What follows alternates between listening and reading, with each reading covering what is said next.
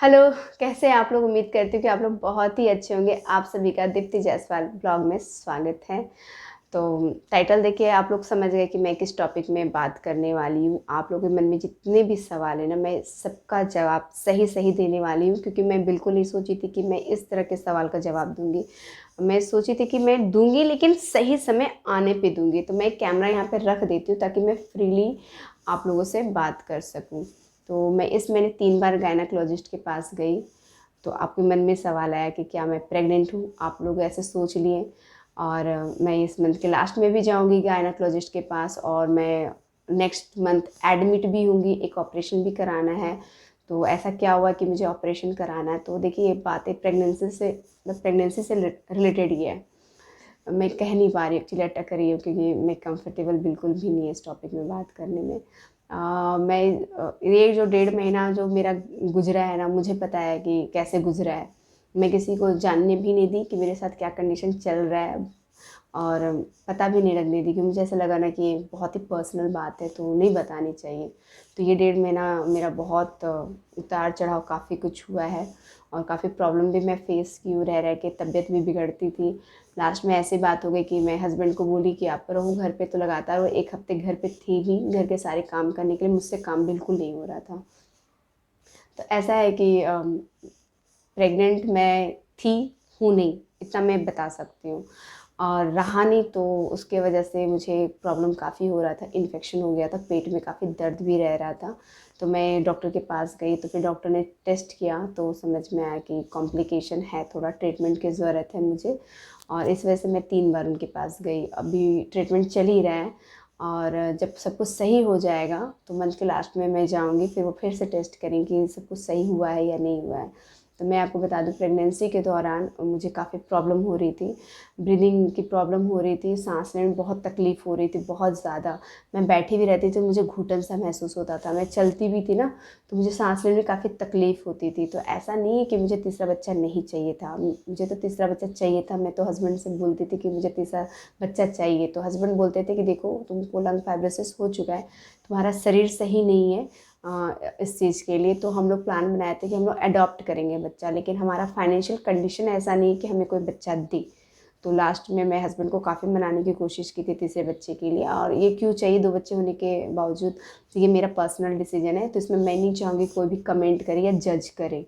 मुझे चाहिए, मुझे शुरू से 3 बच्चा चाहिए था। तो फिर जब मैं प्रेग्नेंट थी तो मुझे काफ़ी प्रॉब्लम हो रही थी, हेल्थ इश्यूज़ हो रही थी, क्योंकि 3 साल पहले मुझे लंग फाइब्रोसिस था, लंग्स डैमेज था इस वजह से। तो वो चीज़ें ठीक हो गई है, लेकिन कमज़ोर हो चुकी है लंग्स। तो मुझे भी समझ में आ गया कि अगर अभी दूसरे महीने ये हाल है, तो लास्ट में 7वें 8वें 9वें महीने में क्या हाल होगा। हो सकता है कि मुझे स्टेरॉइड लेना पड़े, कुछ भी हो सकता है। या फिर मैं आज इतनी मेहनत करके ठीक हुई हूँ, तो या फिर ये हो सकता है कि मेरी बीमारी बच्चे को लग जाए। एक माँ का मन होता है ना, वो डरता है। ये भी मुझे लग रहा था। तो मुझे लगा था कि ऐसे में इसको दुनिया में लाना सही होगा या नहीं होगा। बहुत सारी बातें ना मेरे मन में चल रही थी, और ये बात सिर्फ मेरे मन में चल रही थी, और ये मैं हस्बैंड के साथ शेयर की थी, और किसी के साथ ये बातें शेयर नहीं की थी, किसी के साथ नहीं, चाहे वो मेरे कितने भी दिल के करीब हो। तो मेरी फ्रेंड को बुरा लग रहा होगा, मेरे मन में बहुत सारी बातें घूम रही थी, मैं बहुत सोचती हूँ उस चीज़ को लेकर के। और अभी ऐसा है कि अभी नहीं हूँ, लेकिन नहीं रहा, इसकी वजह से ना कॉम्प्लिकेशन आ गया था, और मुझे पेट में बहुत दर्द रहता था। तो मैं डॉक्टर के पास गई, डॉक्टर टेस्ट किए, तो पता चला कि नहीं रहने की वजह से इन्फेक्शन हुआ है वहाँ पे यूट्रस में, और इस वजह से पेट में दर्द हो रहा है। तो उन्होंने मेडिसिन चलाया, अभी मेडिसिन मेरा चल ही रहा है, अभी ट्रीटमेंट चल ही रहा है। और मैं मंथ के लास्ट में जाऊँगी, कोर्स कंप्लीट होगा उस समय, तो फिर वो टेस्ट करेंगे कि सही हुआ है या नहीं हुआ है। और मुझे इतना बात समझ में आ गया है कि फ्यूचर में मैं प्लान नहीं कर सकती थर्ड चाइल्ड के लिए, क्योंकि मेरा बॉडी इस चीज़ के लिए सही नहीं है, फिट नहीं बैठ रहा है। तो मैं सोची कि बाद में प्रॉब्लम फिर से झेलने से अच्छा है कि मैं फैमिली प्लान ही कर लूँ, क्योंकि थर्ड चाइल्ड का कोई ऑप्शन ही नहीं है। मैं चाहती हूँ, लेकिन ऑप्शन नहीं है। अगर मेरा शरीर फिट होता तो मैं ज़रूर ट्राई करती।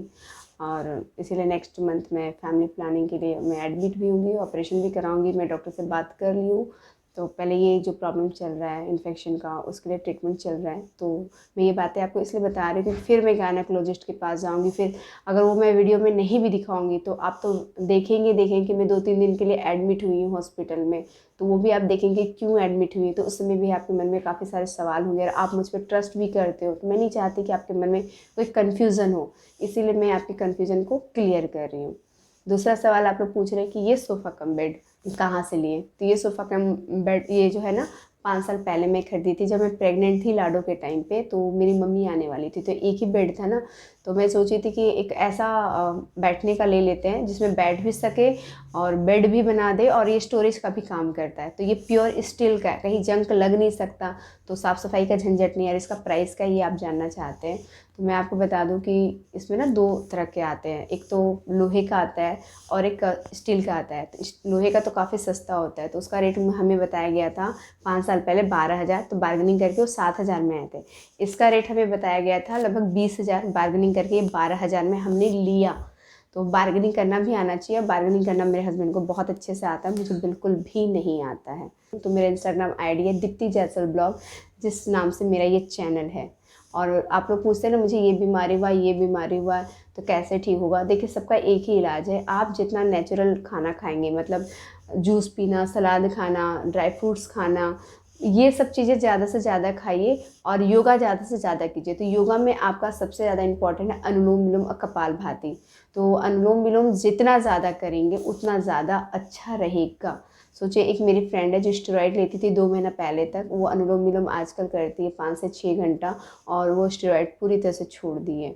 तो अनुलोम विलोम कितना फ़ायदेमंद है। अगर आप कोई भी योगा नहीं करते ना तो सिर्फ अनुलोम विलोम कीजिए और आधा घंटा कपालभाति कीजिए। अगर लगातार कपालभाति करने से आपके पेट में दर्द होता है तो आप 10 मिनट कीजिए, लेकिन अनुलोम विलोम का टाइमिंग जितना ज़्यादा रखेंगे बीमारी से आपका पीछा उतना जल्दी छूटेगा। और नेचुरल डाइट चाहिए। अगर आपके घर के पास कोई थेरेपी सेंटर है वहाँ पर जा करके आप एक बार बॉडी को डिटॉक्स ज़रूर कराइए। तो बहुत छोटा सा वीडियो है, आप लोगों को आपके सभी सवाल का जवाब मिल गया है। तो मिलते हैं नेक्स्ट ब्लॉग में। उम्मीद करती हूँ कि आप लोग बहुत अच्छे होंगे। और हाँ, अभी मैं बिल्कुल भी ठीक हूँ, मुझे अभी कोई दिक्कत नहीं है, बस ट्रीटमेंट चल रहा है और जो नसीब में है वही होगा हमारे साथ, बस मुझे ऐसा लगता है। और जो भी होता है अच्छे के लिए होता है, तो मैं इतनी स्ट्रांग तो हूँ कि मैं इस सब सिचुएशन को हैंडल कर सकती हूँ। Bye bye.